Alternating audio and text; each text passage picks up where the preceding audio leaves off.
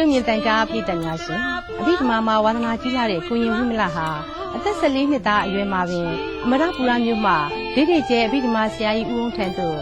စိုက်မြဲရောက်ရှိပြီးအဘိဓမ္မာညဝါများတင်ယူခဲ့ပါတယ်။ကိုရင်ဝိမလမင်္ဂလာကျောင်းလိုက်သို့ရောက်ရှိချိန်မှာဆရာကြီးဦးဝင်းရဲ့အဘိဓမ္မာပို့ချမှုတက်တန်းဟာ10နှစ်ကျော်ကာလအတွင်းသို့ချင်းနှင်းဝင်ရောက်နေပြီဖြစ်ပါတယ်။အဘိဓမ္မာညဝါဆရာကြီးထံညဝါလာဆိုကြတဲ့တန်ဃာပြည်သက်သီလရှင်ပြည်သက်လူပြည်သက်များလည်းအများအပြားရှိနေခဲ့ပါတယ်။အခုလိုဗိဓမာညဝါဘက်မှာစပုတလူတကွန်းထူခဲ့တဲ့ဆရာကြီးဦးဝင်းထံသို့အရှင်ဝိမလရောက်ရှိပြီးအဘိဓမာညဝါများလိုက်ခဲ့ပါတယ်။အဘိဓမာညဝါကျော်ဆရာကြီးဦးဝင်းရဲ့ဘဝဖြစ်စဉ်နဲ့ပတ်သက်ပြီးဆရာတော်ဗရဏအင်္ဂကမှအခုလိုမိတ်ဆွေရှင်းပြတော်မူခဲ့ပါတယ်ရှင်။အဘိဓမာညဝါအကြောင်းပြောရမယ်ဆိုရင်ပထမကျော်အဘိဓမ္မာညဝါဆရာကြီးဦးအောင်ကျောင်းပါမှပြည့်စုံမှာဖြစ်ပါတယ်။မရပူရမြို့ကိုအဘိဓမ္မာညဝါမြို့တော်ရဲ့လို့နာမည်ကျော်စေခဲ့တာဟာဆရာကြီးဦးကအဘိဓမ္မာဒေသနာညဝါကိုကျွမ်းကျင်နိုင်နှင့်စွာ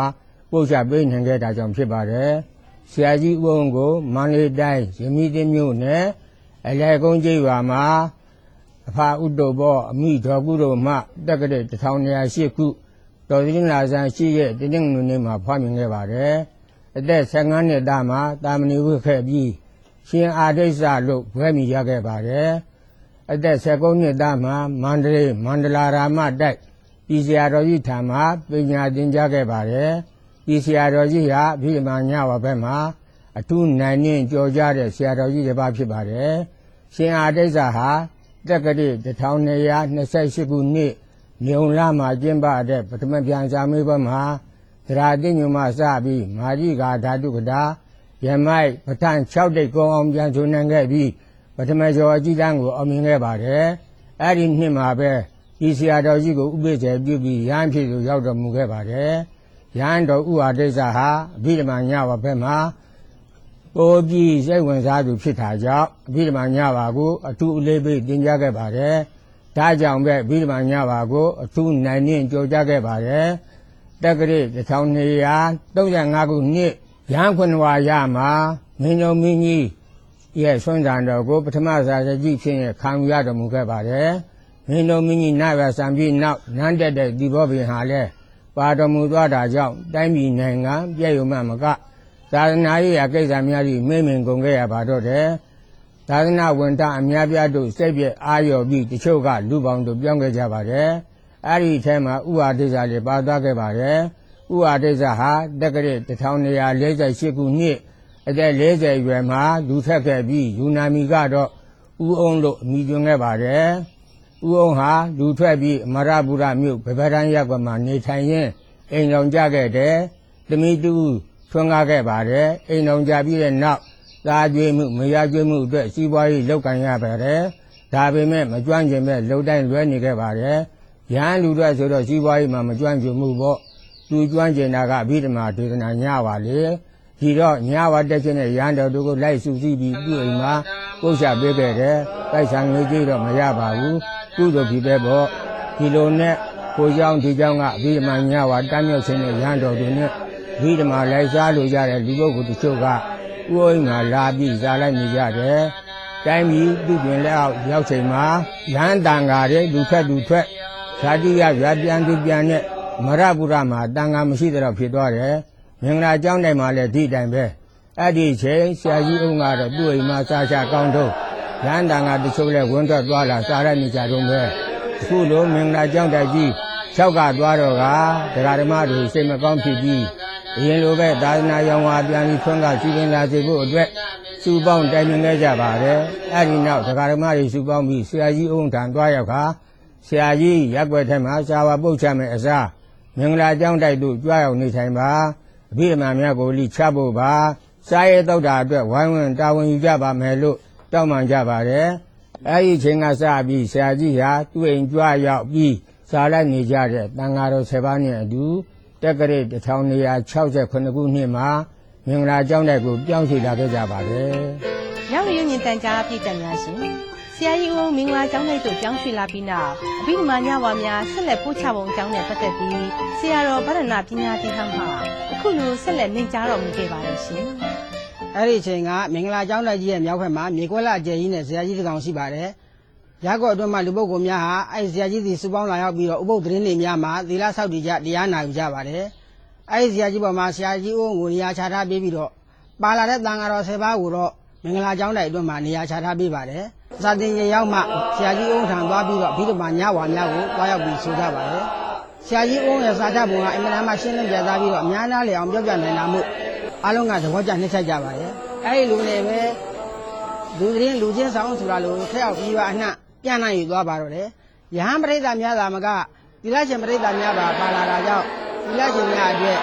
နေရာခက်ခဲကြုံတွေ့ရကြပါတယ်။မင်္ဂလာကျောင်းတဲ့ထဲမှာနေရာချထားဖို့ကလည်းမသိတော့တာကြောင့်ရက်ကွက်အတွင်းမှာနီးစပ်ရအိမ်များမှာတဲကုန်နေတိုင်းပြီးတော့စာဝါများလိုက်ကြရပါတယ်။အဲ့ဒီလိုနဲ့သီလရှင်တွေအတွက်နေရာအခက်ခဲဖြစ်လာတဲ့အခါ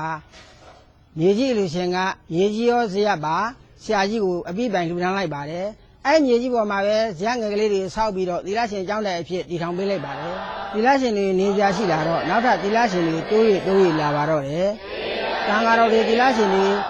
ညဝါလိုက်နေတာကိုမြင်တွေ့ကြရတဲ့လူပုဂ္ဂိုလ်များကအ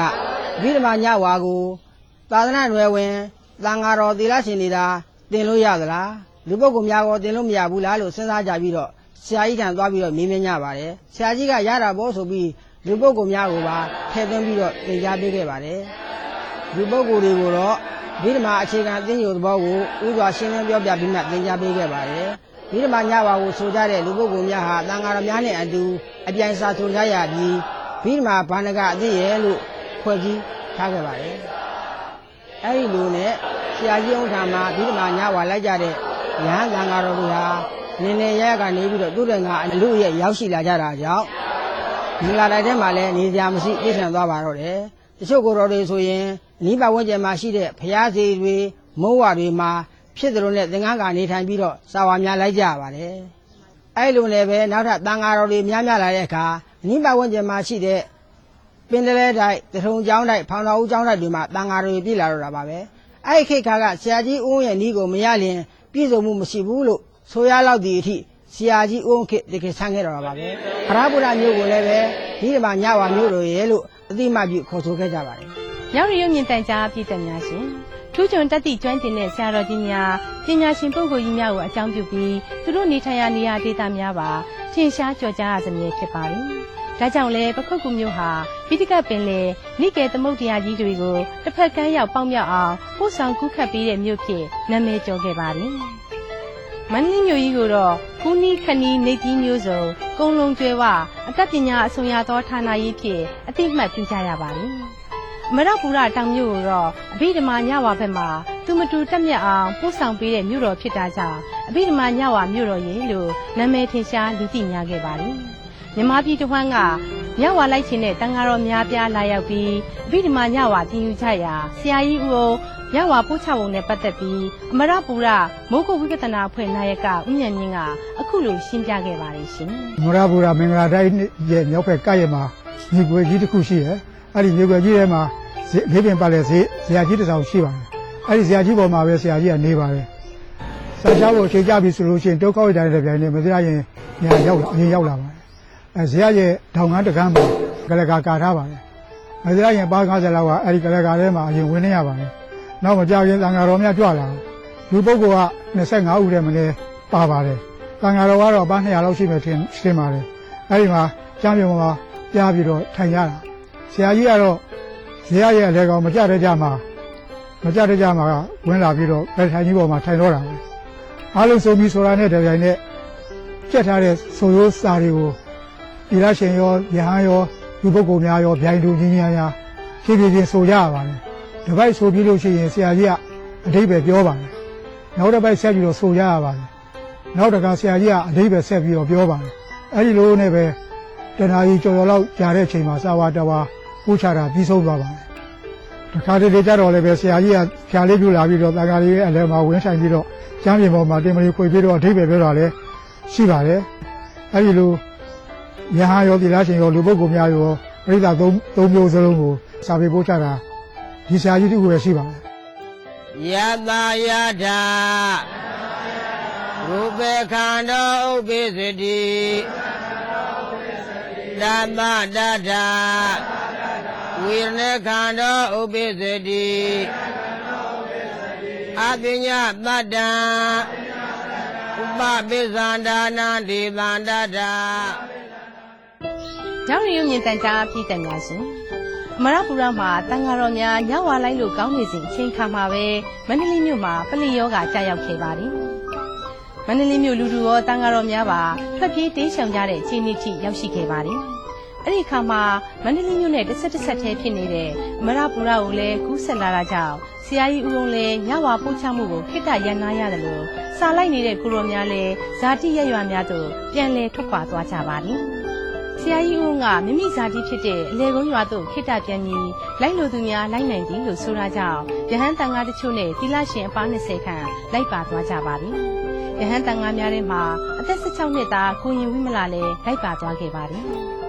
အလေကုန်းရွာသို့ရောက်ရှိတဲ့အခါမှာလိုက်ပါလာတဲ့ယဟန်တန်ဃာသီလရှင်များကိုဆရာကြီးဦးမှနေ့စဉ်မပြည့်အဘိဓမ္မာညဝါများကိုပို့ချတင်ကြားပေးခဲ့ပါတယ်။အဘိဓမ္မာတက်ချင်လွန်လှတဲ့ကိုရင်ဝိမလကိုဆရာကြီးဦးဝင်းကလည်းအထူးပင်ဂရုတစိုက်သင်ကြားပေးခဲ့ပါလိမ့်ရှင်။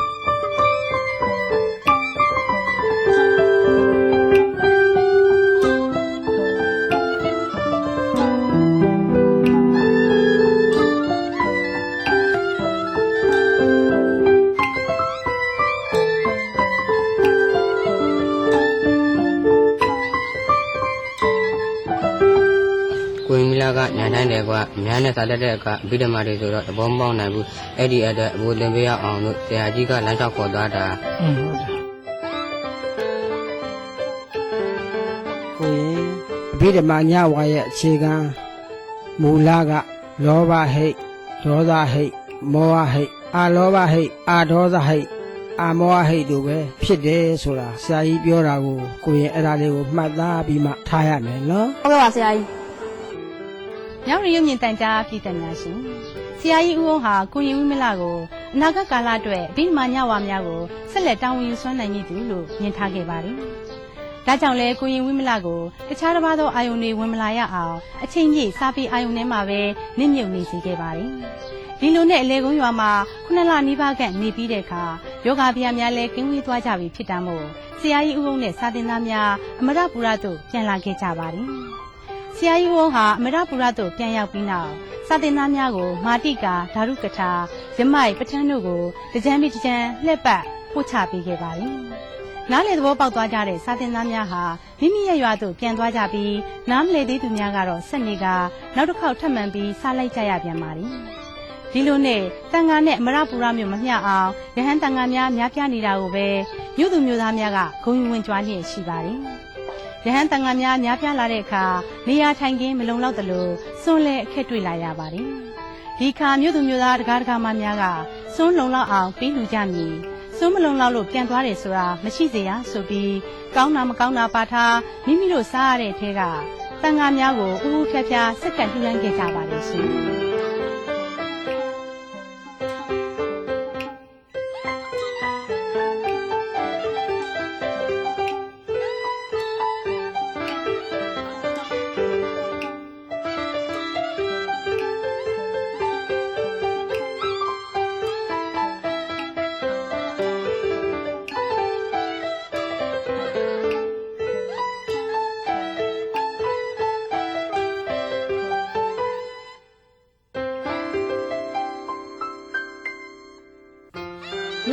တန်ကြားပြည်သက်များရှင်အဘိဓမ္မာညဝါလိုက်ကြတဲ့တန်ဃာတော်တွေဟာဆရာကြီးဦးဝင်းထံမှာဝိုင်းဖွဲ့ပြီးအဘိဓမ္မာညဝါသင်ယူကြတယ်လို့မိမိနေရာပြန်ရောက်တဲ့အခါမှာလည်းဝိုင်းဖွဲ့ပြီးတန်မြန်ကြီးဆိုကြပြန်ပါလေဒီမြင်ကွင်းကိုမြင်သူတိုင်းဟာကြီးညိုလွန်အားကြီးလို့လက်အုပ်ချီမိုးရှ िख ိုးသွားကြသူကြီးပဲဖြစ်ပါလေဒီလိုနဲ့ပဲအမရပူရမြို့ဟာတန်ဃာတော်တွေရဲ့ညဝါစက်တန်ဖြစ်တဲ့ဟောဟန်ကအတန်တွေနဲ့တမျိုးလုံးဖုံးလွှမ်းလို့နေပါလေဒါကြောင့်အဲ့ဒီခေတ်အခါကအမရပူရတောင်မြို့တစ်ခွင်မှာစာသင်တဲ့ကြီးတွေရဲ့တကားပေါက်ကြီးတွေကိုဖွင့်လိုက်ရင်ဟောဟန်ကားလို့တောင်ညီညီလေးလို့ပြောစမှတ်ပြုခဲ့ကြပါလိမ့်ရှင်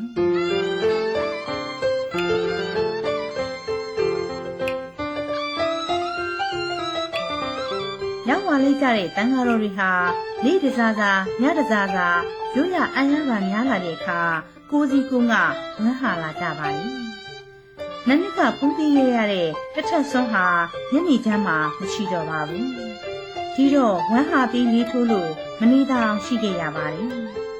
အခုလိုဆင်းရဲဒုက္ခခံနေရပေမဲ့အဘိဓမ္မာညဝါကိုအောင်မြင်ပေါင်းမြောက်အောင်သင်ယူမယ်လို့ရွေးနှဲနဲ့အံခဲပြီးအနည်းဆုံးတစ်နှစ်တာအချိန်ကာလကိုအောင်ရင်းတီးခံနေခဲ့ကြရပါတယ်အဲ့ဒီအချိန်လေးကိုပြေးတက်ကလေးရေးဆက်တီးကုန်းပြီးအခုလိုပုံဖော်ခဲ့ပါလိမ့်ရှင်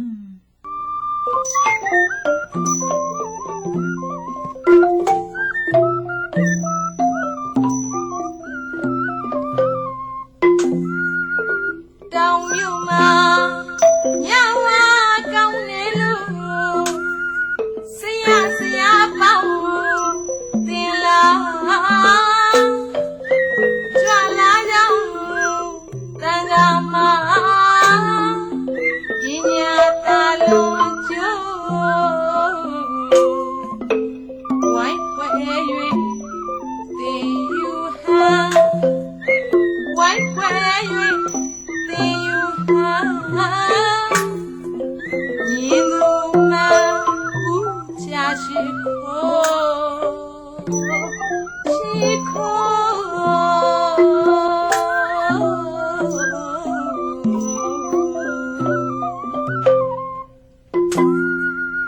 တို့ဝေ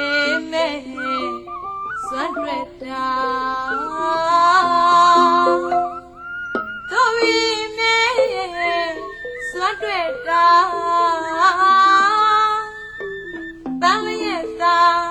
ခွေညိုဝမ်းထက်မှာလေချိုးလို့နေမျိုးတို့ရှိရမသေးယုံတထဆောင်ရဲ့နိမပြတ်တာရှူရတာရိုင်း